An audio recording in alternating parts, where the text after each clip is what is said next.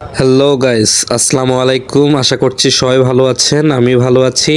আজকে এক্সপ্লোর করব গজনী অবকাশ কেন্দ্র। সময় পেলে আপনি আপনার পরিবার সহ সময় কাটানোর মতো চমৎকার একটি জায়গা। পাহাড়ি ঘেরা সবুজ অরণ্যের রাজ্য গজনী অবকাশ কেন্দ্র। আঁকাবাঁকা যে পথ ধরে আমরা চলছি সেটি হচ্ছে লাউচাপড়া থেকে গজনী অবকাশ কেন্দ্রে যাওয়ার মেইন রাস্তা। লাউচাপড়া পিকনিক স্পট থেকে প্রায় 20 কিলো রাস্তা, এরকম পাহাড়ি রাস্তা আঁকাবাঁকা পথ ধরে আপনি পার হলেই চলে যাবেন গজনী অবকাশ কেন্দ্রে। গজনী অবকাশ কেন্দ্র সম্পর্কে কিছু তথ্য জেনে আসা যাক। ভিডিওটি আপনি সম্পূর্ণ দেখুন, আমাদের সঙ্গেই থাকুন।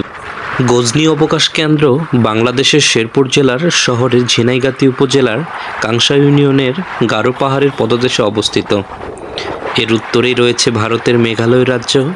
গজনী অবকাশ কেন্দ্রটি প্রায় 90 একর এলাকা জুড়ে বিস্তৃত। শেরপুর জেলার প্রশাসনের উদ্যোগে 1993 সালে এটি নির্মিত হয়।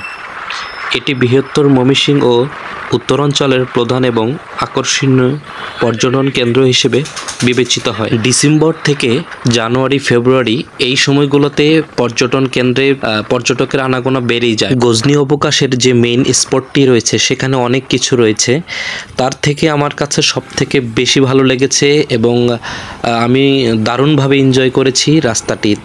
কারণ দুই পাশে পাহাড়ে ঘেরা সবুজ অরণ্যের মাঝ দিয়ে রাস্তা, সত্যি অসাধারণ। কিন্তু মাঝে মাঝে ভয়ও লাগছিল যে আসলে কোনো বাড়িঘর নেই আশেপাশে, তারপরও দারুণভাবে এনজয় করছিলাম। আমরা সময় পেলে চলে যাই গজনী অবকাশ কেন্দ্রে।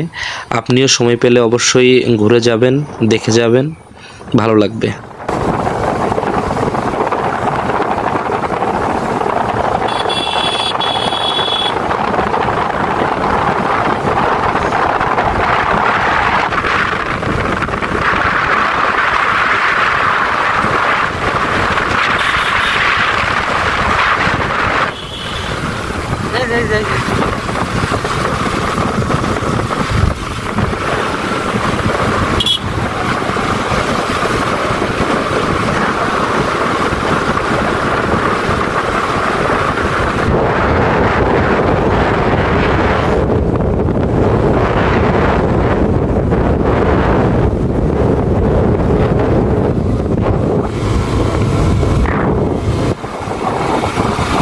পাহাড়ি রাস্তার আঁকে বাঁকে আমরা চলেছি বাইক সাথে।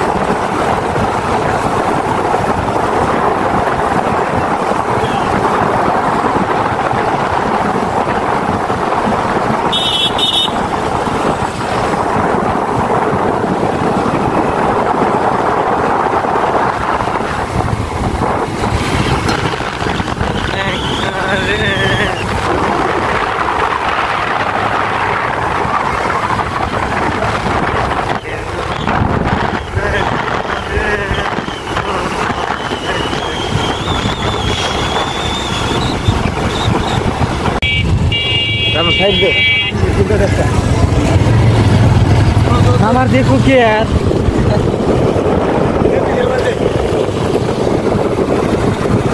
প্রকৃতির মাঝে হারিয়ে যেতে চাই।